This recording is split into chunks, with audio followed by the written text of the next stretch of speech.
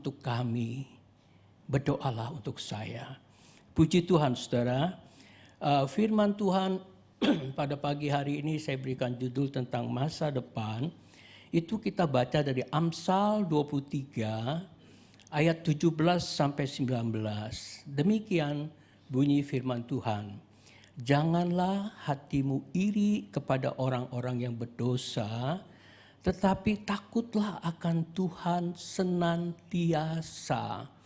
Karena masa depan sungguh ada dan harapanmu tidak akan hilang. Hai anakku, dengarlah dan jadilah bijak. Tunjukkanlah hatimu ke jalan yang benar. Bapak, Ibu, Saudara yang dikasihi Tuhan, kita ingin mempunyai masa depan yang baik, yang indah. Ya, semua orang pengen punya masa depan yang baik. Bagaimana caranya supaya kita punya masa depan yang baik? Ada orang yang berkata nasib terserah Tuhan. Bukan, saudara. Tuhan tidak menentukan nasib kita. Tetapi Tuhan memberikan semuanya. Kalau Tuhan memberkati Daud, Tuhan juga ingin memberkati saudara. Kalau Tuhan memberkati Yusuf, Tuhan juga ingin memberkati saudara. Kalau Tuhan memberikan hikmat kepada Daniel, Tuhan juga ingin memberikan hikmat kepada saudara. Karena Tuhan yang saya sembah, Tuhan yang saudara sembah, Tuhan yang tidak pernah membedakan orang. Itu tergantung kita, saudara. Kenapa anak Tuhan yang satu diberkati Tuhan, kenapa anak Tuhan yang satu mengalami masa-masa yang begitu sulit? Seolah-olah dari hari ke hari, dari bulan ke bulan, dari tahun ke tahun, nasibnya sulit, susah. Orang dunia bilang nasibnya sial. Apakah Tuhan menentukan seperti itu? Apakah Tuhan berbuat seperti itu kepada kita? Tidak. Karena Dia adalah Bapa yang baik. Bapa yang penuh kasih. Tetapi diri kita ini yang menentukan, saudara. Kalau tadi firman Tuhan mengatakan, janganlah kamu iri, saudara. Iri itu, siapa yang bisa tangkap orang yang iri? Apakah polisi bisa menangkap orang yang iri? Apakah hakim bisa menangkap orang yang iri? Tidak ada yang bisa menangkap. Itu dosa yang tidak kelihatan. Itu dosa yang kecil, yang tidak bisa ditangkap secara hukum. Tetapi efeknya ternyata amat sangat besar. Saudara, kalau orang ada yang iri sama saudara, bagaimana rasanya? Dia akan menyakiti saudara. Ya, dia akan berbuat perkara-perkara yang menyulitkan, menghambat. Dan bahkan kalau kita lihat efek daripada iri yang kecil itu, yang tidak kelihatan, yang ada hanya di dalam hati, itu kalau dibiarkan, itu akan timbul yang namanya pembunuhan. Kain dan Habil, saudara. Ya. Kain iri kepada Habil dan akhirnya tragis, Habil dibunuh. Itu karena dosa yang kecil. Oleh sebab itu, saudara, mungkin firman Tuhan yang saya katakan pagi ini, itu memang mungkin cukup berat untuk beberapa orang. Tetapi ini sebetulnya satu kunci yang penting, saudara. Pikiran kita, hati kita, jangan sampai ada timbul dosa sekecil apapun, saudara. Tuhan tahu. Suami tidak tahu, istri tidak tahu, gembala sidang tidak tahu, teman-teman di kantor tidak tahu. Tetapi ada mata yang melihat dan tahu apa yang ada dalam pikiran, apa yang ada dalam hati kita. Oleh sebab itu jangan biarkan dosa sekecil apapun. Karena dosa yang kecil itu bisa menjadi dosa yang begitu besar. Dosa yang kecil itu, iri itu bisa timbul membunuh. Saudara yang dikasihi Tuhan, coba lihat ya, pohon beringin yang kecil. Saudara di sini ada yang tahu pohon beringin? Saya kira semua tahu ya pohon beringin. Kecil. Tapi kalau kita biarkan pohon beringin itu, dia akan menjadi besar. Walaupun pohon beringin itu ditaruh di halaman rumah, kalau dia dibiarkan, dia akan menjadi pohon yang begitu besar. Dan akhirnya apa? Rumah itu bisa roboh gara-gara pohon beringin itu. Betul? Saudara lihat anak harimau. Bagus, lucu. Kalau saudara pergi ke Selekta sana di Surabaya, Malang, itu di pasar Selekta itu ada orang yang jual kadang-kadang anak harimau. Lucu, saudara.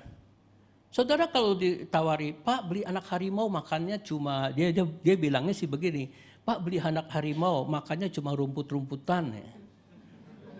Makannya cuma daun-daunan, sayur-sayuran. Hukumnya tidak seperti itu, saudara, anak harimau. Anak harimau itu pada waktu kecil dia memang tidak berbahaya. Kita tidak takut dengan anak harimau yang masih kecil. Tetapi satu kali anak harimau itu akan menjadi besar. Pada waktu anak harimau itu besar, itu amat sangat berbahaya. Demikian juga apa yang namanya dosa, saudara. Sekecil apapun itu dosa, itu akan bertumbuh, akan terus bertumbuh, akan terus bertumbuh, dan upah dosa itu adalah maut. Jangan sampai saudara yang sudah mendengar firman Tuhan, jangan sampai saudara yang sudah melayani Tuhan, jangan sampai saudara yang banyak berbuat ini, berbuat itu kepada Tuhan, tetapi akhirnya Tuhan tolak. Matius 7 ayat 21, karena apa? Kekerasan hati kita yang tidak mau membuang benih-benih dosa itu. Buang, saudara. Tidak ada untungnya, itu akan menghancurkan hidup saudara. Kalau saudara tahu bahwa itu dosa dan saudara biarkan, lama-lama dia akan menjadi harimau yang besar, lama-lama dia akan menjadi pohon beringin yang besar yang menghancurkan baik rumah tangga saudara, baik kehidupan saudara di bumi sampai dengan tidak masuk di sorga. Jadi orang Kristen yang amat sangat menyedihkan, saudara. Padahal Tuhan sudah mati buat saudara, tetapi karena kekerasan hati saudara, saudara tidak masuk bersama dengan Tuhan.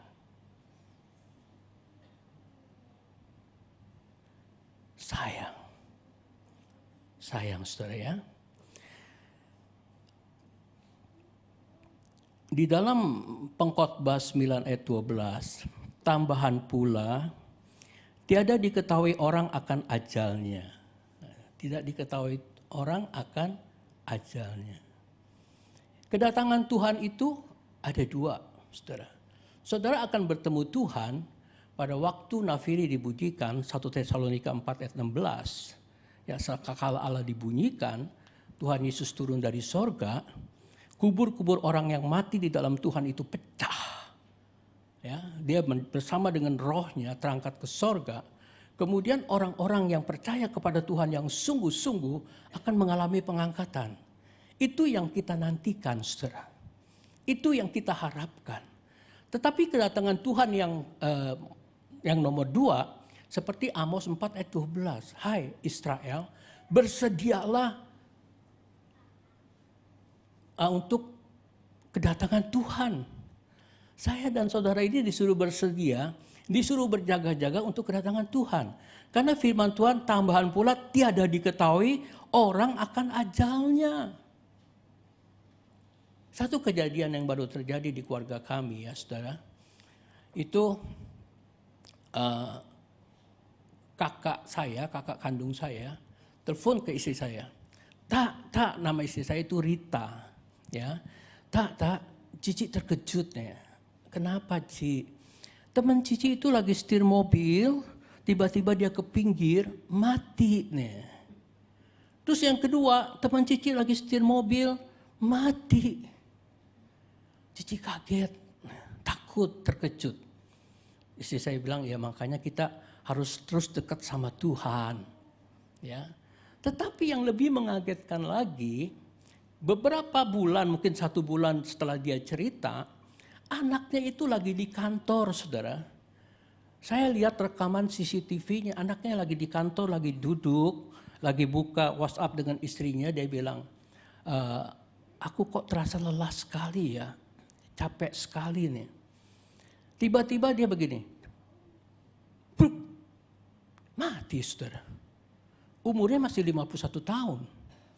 Baru dia dengar tentang temannya yang begini, yang begini, yang begini. Tetapi kemudian dia mengalami anaknya seperti itu.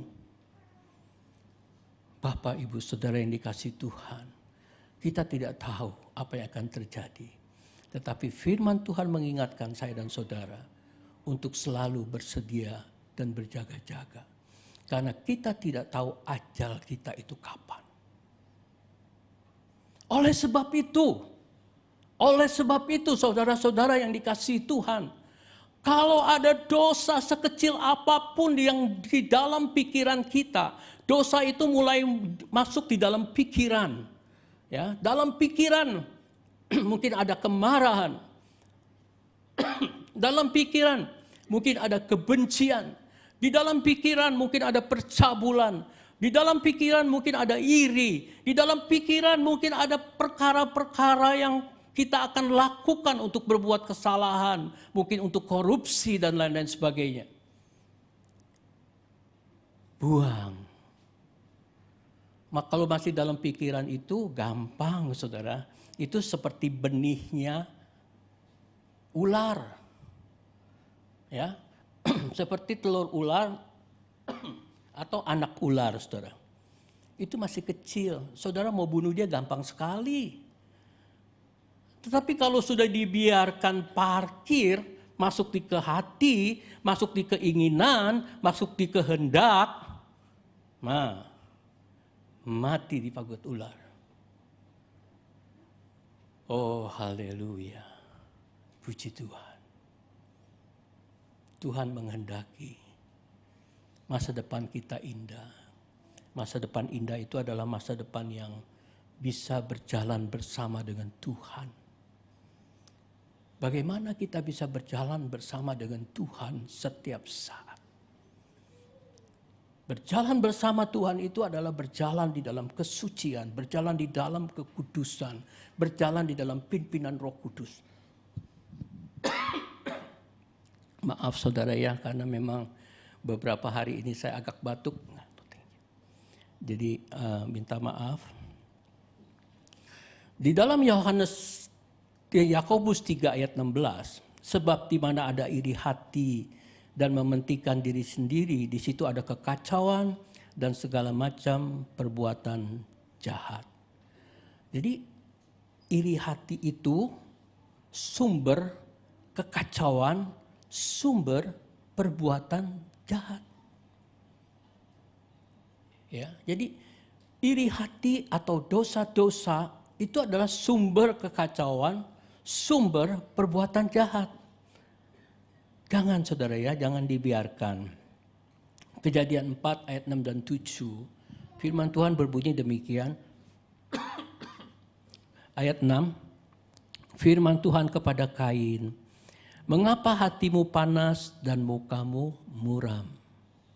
Ini cerita Kain dan Habil ya. Tuhan berkata kepada Kain, mengapa hatimu panas dan mukamu muram? Ayat yang ke-7, apakah mukamu tidak akan berseri jika engkau berbuat baik? Tetapi jika engkau tidak berbuat baik, dosa sudah mengintip di depan pintu, ia sangat menggoda engkau, tetapi engkau harus berkuasa atasnya. Jadi dosa itu sudah mengintip di depan pintu. Ya, dosa itu mengintip di depan pintu hati saudara. Dari pikiran itu dia masuk mengintip di hati saudara, dia pengen masuk rupanya dosa itu. Rupanya dosa itu bukan cuma mau mengintip, tetapi dia mau masuk, dia mau merampok isi semuanya. Damainya saudara, sukacitanya saudara, berkatnya saudara. Kalau saudara biarkan dia mengintip, saudara tidak usir, dia akan masuk merampok, merampas saudara habis-habisan. Karena iblis itu adalah pencuri, pembunuh, dan penipu. Tujuannya dia ingin merampok, saudara. Jadi jangan dibiarkan dosa itu mengintip. Begitu dia ada, buang. Itu tidak sulit, karena itu masih benih. Pada waktu dia mengintip itu masih benih, tidak sulit, tinggal dibuang, diusir. Orang mengintip tinggal bilang, kita usir. Jangan masuk, pergi. Pergi dia. Tapi kalau saudara undang itu orang masuk, perampok itu masuk, penjahat itu masuk, habis bicara. Bapak, Ibu, saudara yang dikasihi Tuhan, penting kuasai pikiran saudara. Penting kuasai perasaan saudara. Ya, mulai dari situ asalnya. Jangan dibiarkan dosa itu mengintip.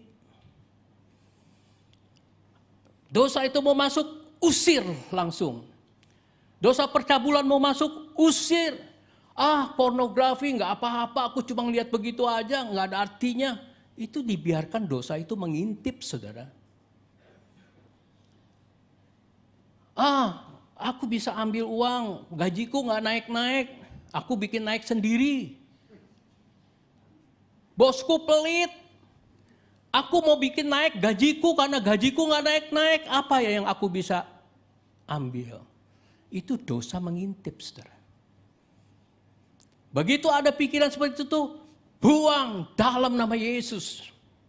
Nama Yesus itu nama yang berkuasa. Amin. Yesus itu pelepas dosa. Matius 1 ayat 21. Buang. Begitu mau ada perselingkuhan,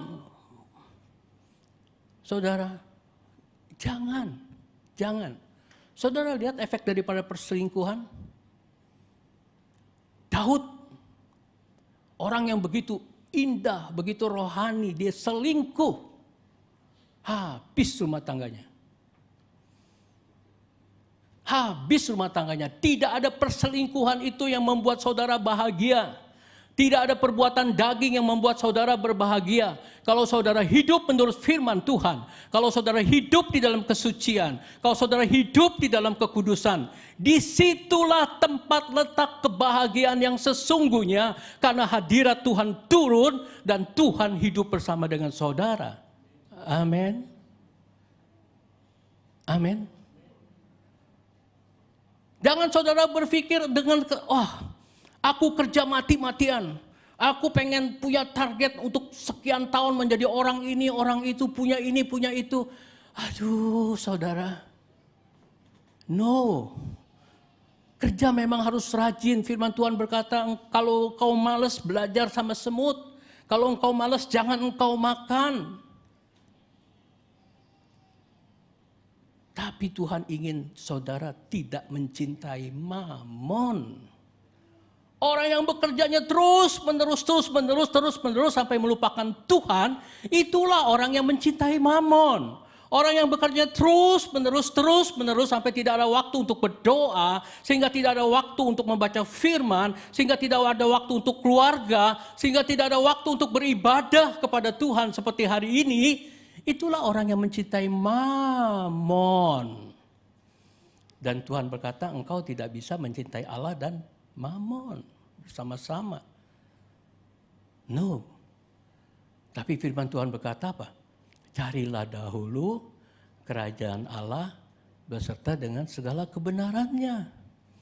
Maka semua akan ditambahkan kepadamu. Apa Tuhan tidak bisa menambahkan berkat? Tuhan yang kita sembah itu luar biasa. Paginya masih budak, sorenya sudah menjadi raja muda di Mesir. Tadinya gembala domba menjadi raja yang paling besar di Israel, Daud. Itu fungsinya. Kalau saudara tidak membiarkan dosa Itu kalau saudara mencintai Tuhan. Ya, Tuhan beserta saudara. Saudara akan mengalami masa depan yang indah, jalan-jalan baru terbuka, hikmat Tuhan turun luar biasa di dalam kehidupan saudara. Apa yang kita tidak pernah pikir, apa yang kita tidak pernah lihat, ya, apa yang tidak kita pernah bayangkan, Tuhan bisa berikan loh saudara. Amin. Zaman ini akan semakin sulit, 2 Timotius 3 ayat 1. Zaman ini akan semakin sulit, saudara. Saudara mau bersandar sama siapa? Oh ya, saya kan orang gereja, saya kan bersandar sama Tuhan, saya beribadah sama Tuhan. Saya beribadah. Saudara tahu arti kata beribadah? Saudara tahu arti kata anak-anak Tuhan? Apa itu anak-anak Tuhan? Oh, saya ke gereja. Oh, saya berbakti. Oh, saya memuji Tuhan. Oh, saya baca Alkitab. Iya, itu baik. Tetapi anak-anak Tuhan sebetulnya itu di dalam Rom 8 ayat 14. Bisa tolong ditampilkan ayatnya Rom 8:14. Roma 8:14. Ini, saudara.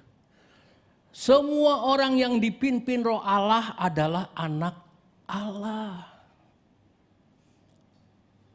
Saudara anak Allah, pada waktu saudara percaya kepada Tuhan, dari orang yang berdosa, dari firman Tuhan mengatakan ulat, cacing, yang tidak ada harganya, firman Tuhan mengatakan kepada bangsa Israel, engkau adalah ulat dan cacing pada Yakub.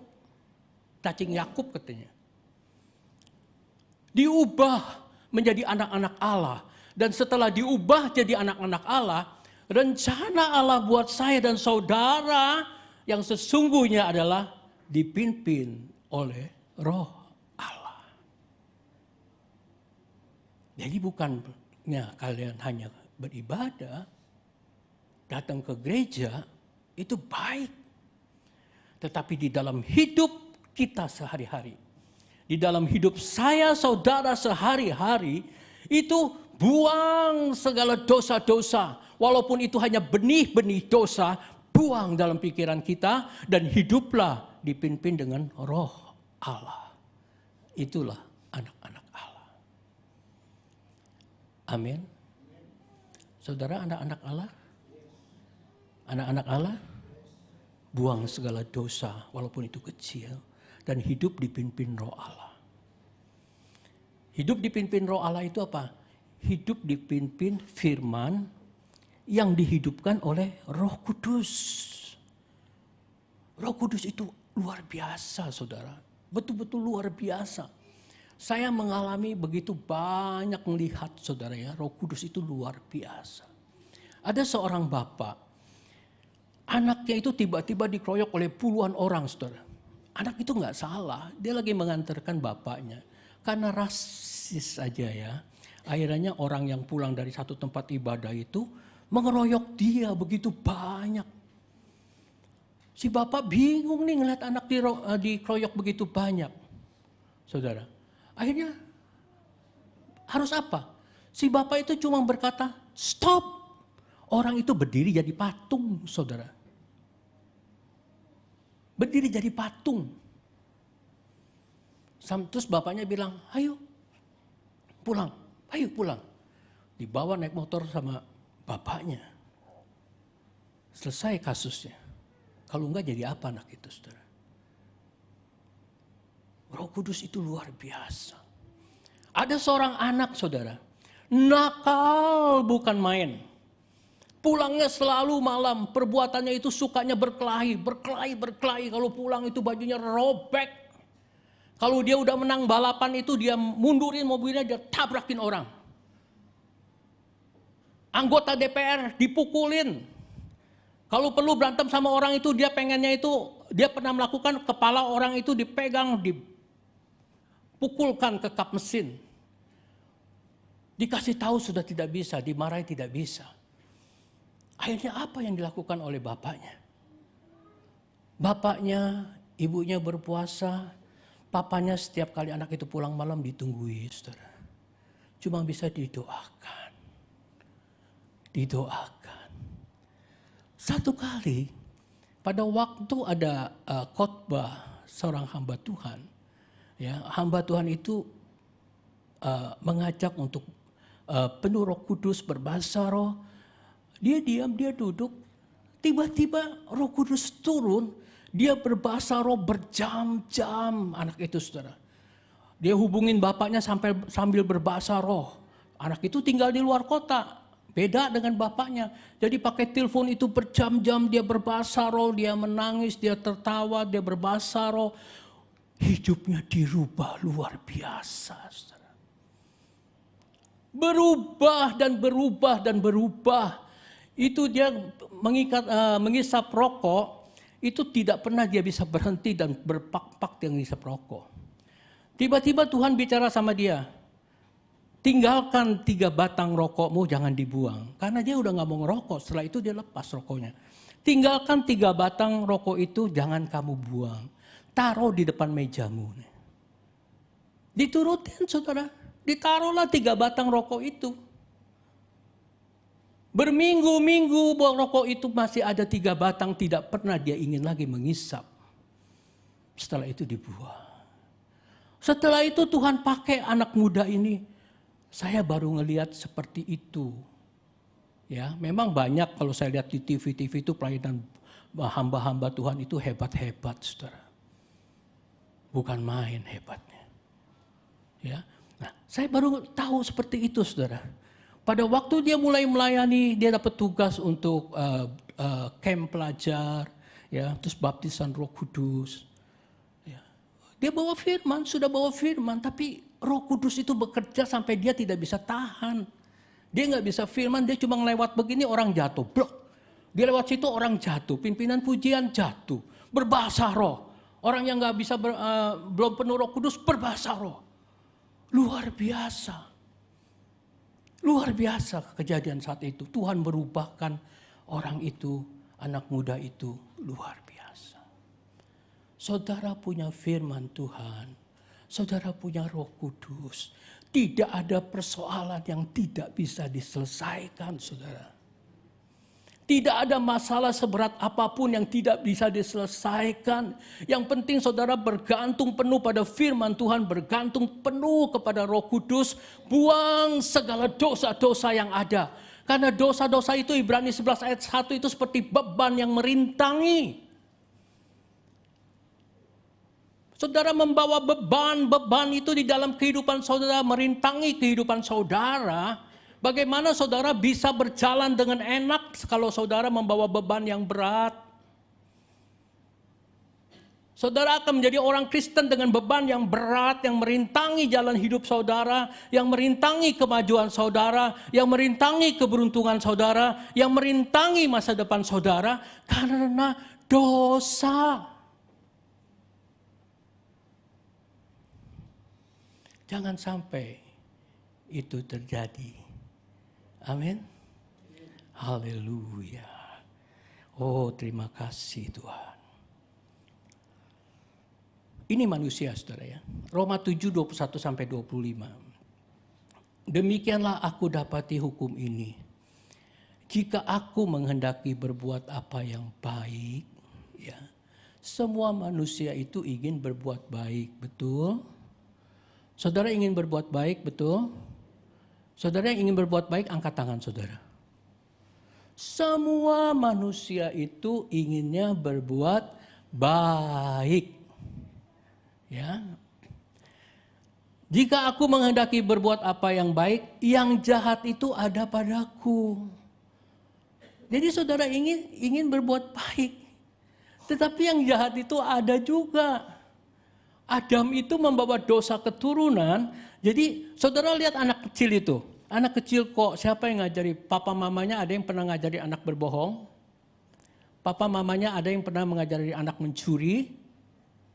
Saya yakin tidak ada. Papa mamanya ada yang ngajarin anak berkelahi? Saya yakin tidak ada. Betul? Tapi kenapa anak itu bisa melakukan hal seperti itu?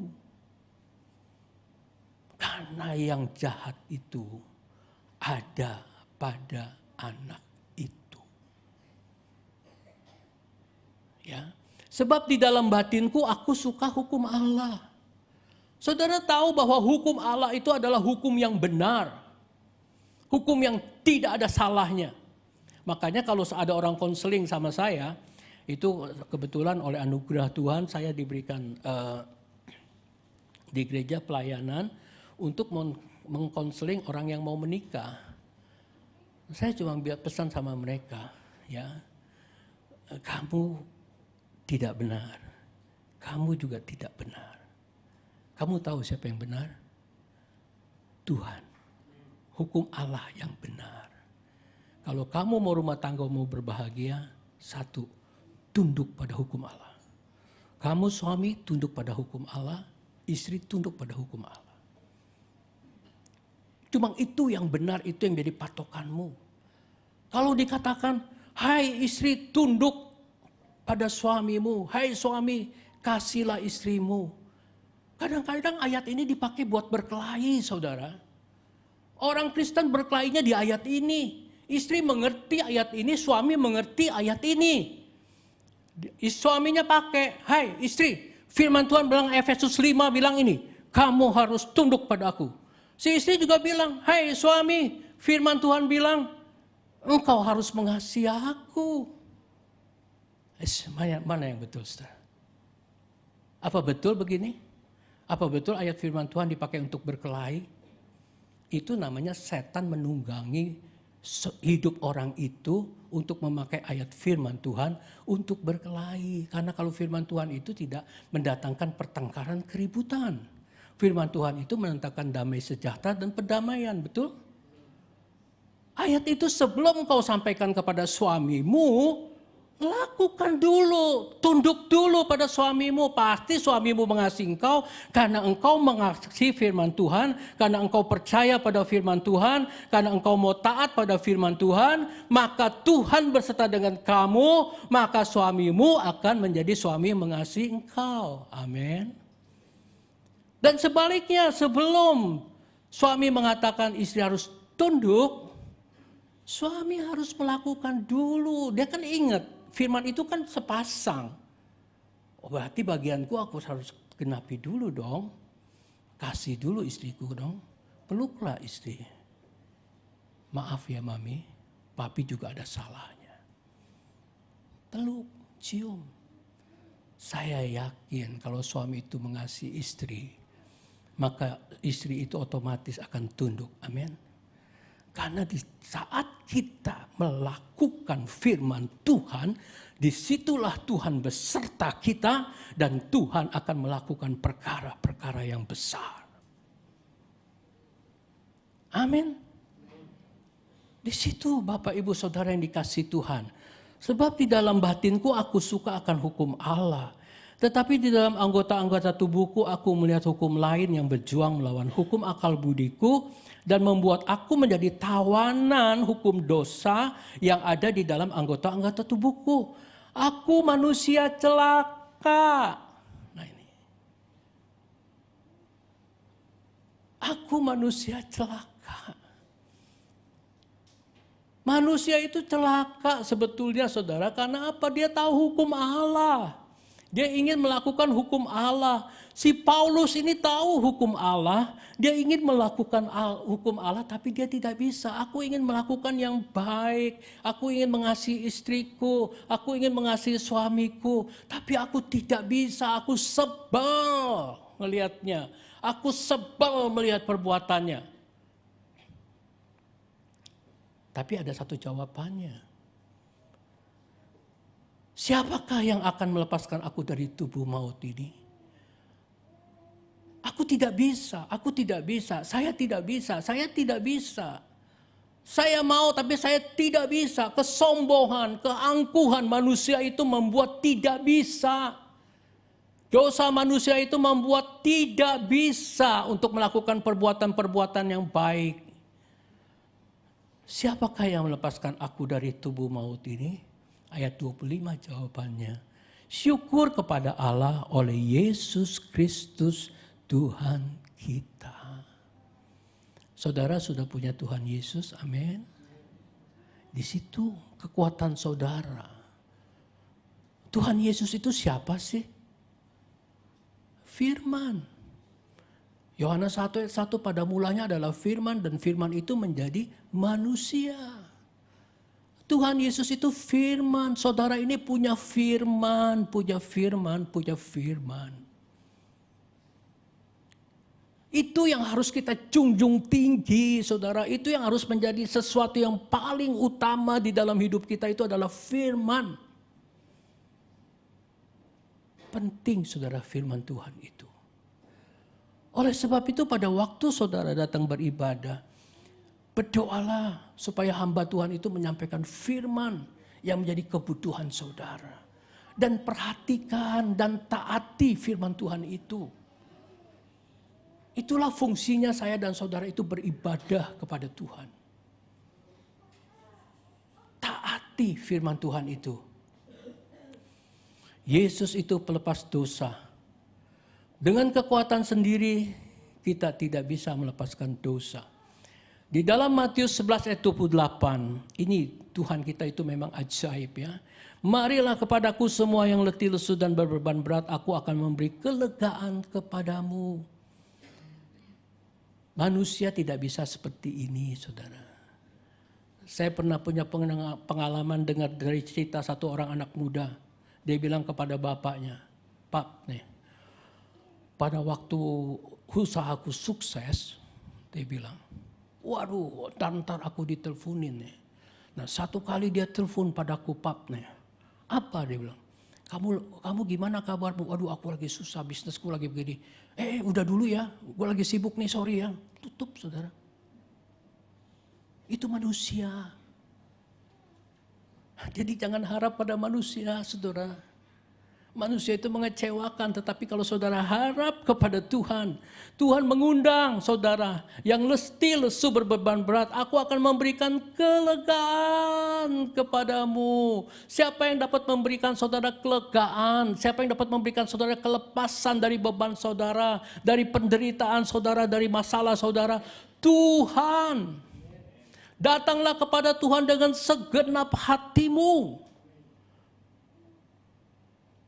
Buang segala dosa-dosa. Harap Tuhan dengan sungguh-sungguh. Itulah sesungguhnya jalan keluar.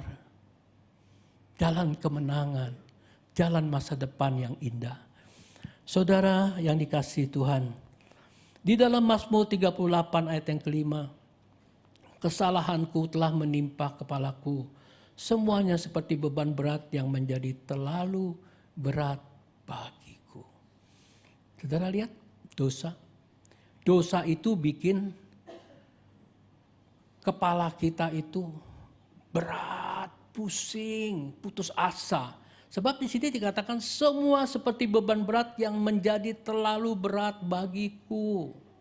Jadi dosa itu membuat beban itu begitu berat dan terlalu berat. Kalau orang sudah terlalu berat itu artinya apa? Putus asa. Karena udah gak kuat lagi.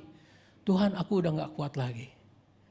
Tuhan, aku gak kuat lagi. Aku gak tahu jalannya Tuhan. Yang terbaik aku mati. Putus asa. Ini bisa menimpa semua orang. Saudara, pada waktu mengalami beban yang berat. Pada waktu ada persoalan di rumah tangga. Ada persoalan di pekerjaan. Kita dengar ya baru-baru ini siapa itu namanya artis Hong Kong ya. Saya gak tahu itu, tapi saya pernah dengar ceritanya. Bunuh diri, betul ya? Kokoli. Kaya nggak Pak? Pak Sam? Kokoli kaya. Terkenal. Banyak penggemarnya Pak. Kurang apa kira-kira? Dia nggak punya Yesus yang melepaskan beban dia. Tapi saudara punya satu jalan keluar. Allah yang saya sembah, Allah yang saudara sembah itu adalah Allah yang penuh kasih. Allah yang telah membuktikan kasihnya melalui kematiannya di kayu salib. Saudara yang letih lesu pada pagi hari ini. Percaya kepada Tuhan dengan sungguh-sungguh. Amin. Kalau ada dosa, buang segala dosa.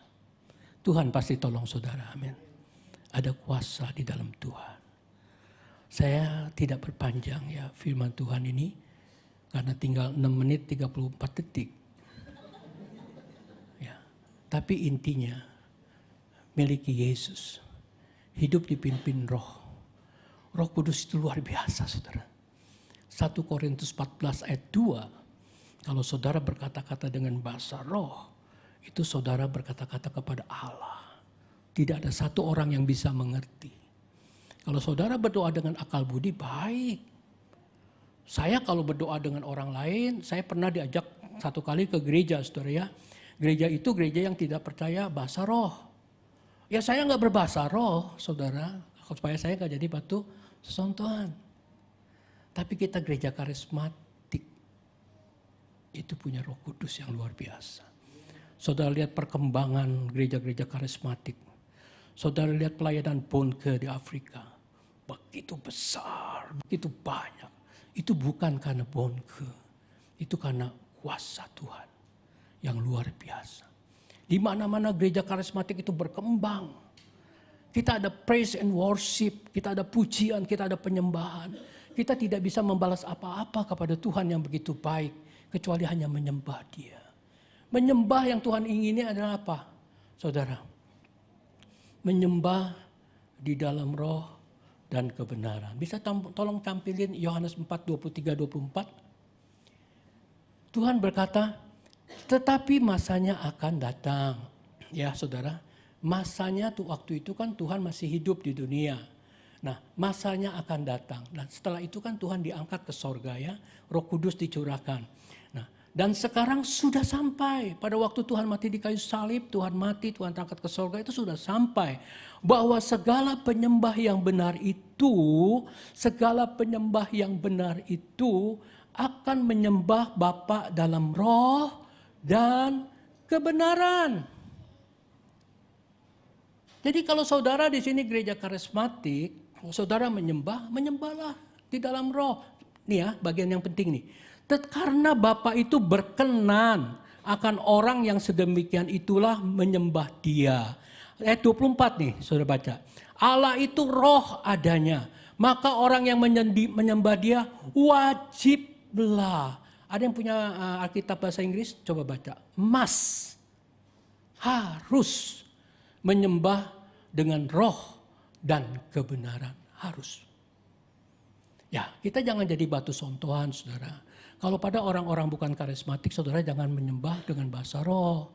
Kalau saudara lagi ngomong-ngomong dengan beberapa orang, jangan menyembah dengan bahasa roh. Kalau saudara ditangkap polisi, mungkin tiba-tiba saudara jalan diprit polisi, jangan berbahasa roh. Tapi saudara berbahasa roh di sini, saudara. Di hati saudara berbahasa roh. Pada saat saudara bekerja, banyak teman-teman kerja, janganlah berbahasa roh. Tetapi pada saat saudara bekerja, berdoalah di dalam roh, di dalam hati saudara, kan bisa. Betul nggak? Pada waktu saudara masak, bikin apa kesukaannya Pak Gembala ini? Rawon Pak? Steak? Oke. Supaya Pak Gembala makannya nanti enak, Ibu Gembala makannya enak, berdoa pakai bahasa roh.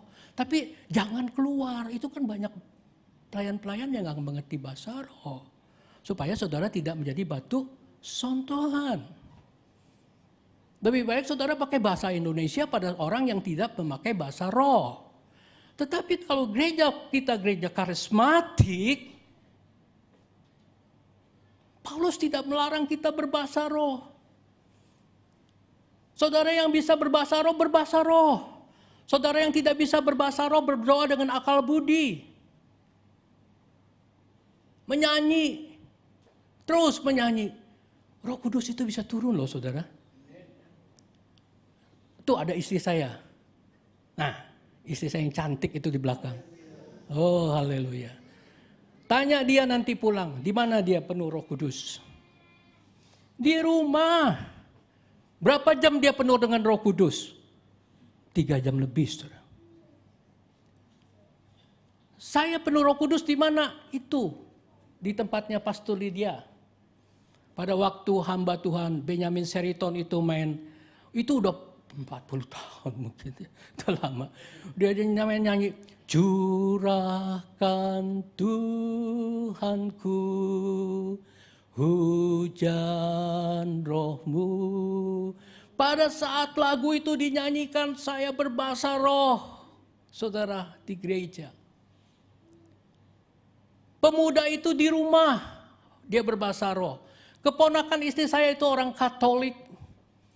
Istri saya cuma cerita, kamu perlu Roh Kudus. Cuma diceritain. Tengah malam tiba-tiba dia berbahasa roh. Paginya dia bilang, Ocing, Obudin, Yulis malam kok berbahasa roh. Pengen ketok-ketok pintu gak berani, karena udah tidur. Jam 1 malam, saudara. Ada lagi orang yang lagi mandi, tahu-tahu berbahasa roh sampai gayungnya itu satu bak itu habis. Ada, saudara. Kita nggak main-main. Tanya Pastor Sam, tanya Pastor Lydia. Pada waktu penuh Roh Kudus apa dibikin-bikin, Pak? Jangan meniru, saudara ya. Kalau meniru itu dosa. Dan nggak ada kuasanya. Tetapi kalau saudara tidak meniru dan Roh Kudus itu turun, itu saudara akan berubah. Ada kekuatan yang ekstra luar biasa di dalam hidup saudara. Betul, Pastor Sam? Ini Pastor Sam nih, pernah ngelawan dukun. Saya pernah cerita itu puluhan tahun yang lalu. Waktu dia di Ambon atau pada waktu dia di Flores, saya lupa. Tiba-tiba habis dia KKR, ada orang ngajak, Pak ngadu ilmu Pak. Nah, orang itu sedekep begini. Pastor Sam nggak bisa apa-apa. Di Dili ya, Timur, dia hanya bisa berbahasa roh. Betul Pastor Sam? Orang itu bagaimana? Lemes. Saya pernah melihat di rumahnya Pastor Sam dan Ibu Lydia, satu pembantunya namanya siapa? Wayan. Kerasukan setan, saudara. Wah, macam-macam. Kita berdoa pakai berbahasa roh. Lepas ya, Pak. Saya pernah menghadapi dukun, saudara. Dukun itu dari Madura, ya, dari Madura, suhunya dukun. Dari daerah mana dia pindah ke Madura. Itu dibawa ke gereja, saudara. Ya, karena ingin dilepaskan, dia mau percaya Tuhan Yesus, ingin dilepaskan. Dia muter seperti ular begini, muter. Kita ada 3 hamba Tuhan di situ. Yang satu main gitar, yang satu doa. Dalam nama Yesus, muter kayak ular, mukul terus. Ya, Tuhan kasih hikmat waktu itu sama saya. Saya bilang, stop kamu. Kita jangan ikuti pekerjaan setan, nggak boleh diikutin. Dia maunya kan manifestasi terus. Saya bilang enggak, stop. Dalam nama Yesus, stop kamu. Dia stop, saudara. Dia stop, saya bilang, duduk. Dia duduk, saudara. Kita punya kuasa, kita yang memerintahkan dia. Saya bilang, sebut nama Yesus. Mula-mula nggak mau, tapi lama-lama Yesus. Sebut nama Yesus, Yesus. Tolak pekerjaan setan. Aku tolak dalam nama Yesus. Aku menerima Tuhan Yesus sekarang. Lepas. Peperangan saya dan saudara ini lawan apa? Efesus 6 ayat 12, peperangan kita ini bukan melawan daging dan roh. Melawan kuasa penguasa di udara. Amin. Saudara mau lawan setan pakai apa? Pakai pistol? Dia roh, nggak bisa ditembak. Pakai pedang, nggak bisa. Pedang firman baru bisa. Saudara melawan setan dengan Roh Kudus. Amin. Istri saya udah nunjuk-nunjuk 7.000, udah habis waktunya.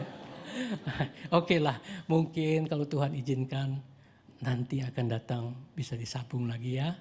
Tapi saudara sudah menangkap intinya kan? Jangan ada, walaupun itu iri, sedikit pun dosa kecil, nggak bisa ditangkap, nggak bisa dihukum, nggak ada orang tahu, jangan biarkan itu ada. Amin. Dan anak-anak Tuhan adalah anak-anak yang hidup dipimpin Roh Kudus. Ya, firman Tuhan dan Roh Kudus itu hidup yang dipimpin Roh akan membuat masa depan saudara indah. Karena jika Tuhan beserta kita, siapakah lawan kita? Amin. Saya undang pemain musik, bisa saya minta waktu sebentar untuk berdoa. Terima kasih saudara sudah begitu perhatian akan firman Tuhan.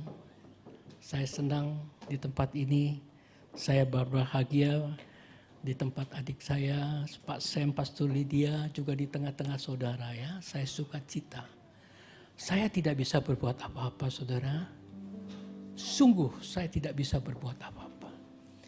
Tetapi biar saat ini Roh Kudus menjamah saudara. Biar firman Tuhan dan Roh Kudus menjamah saudara. Oke, kita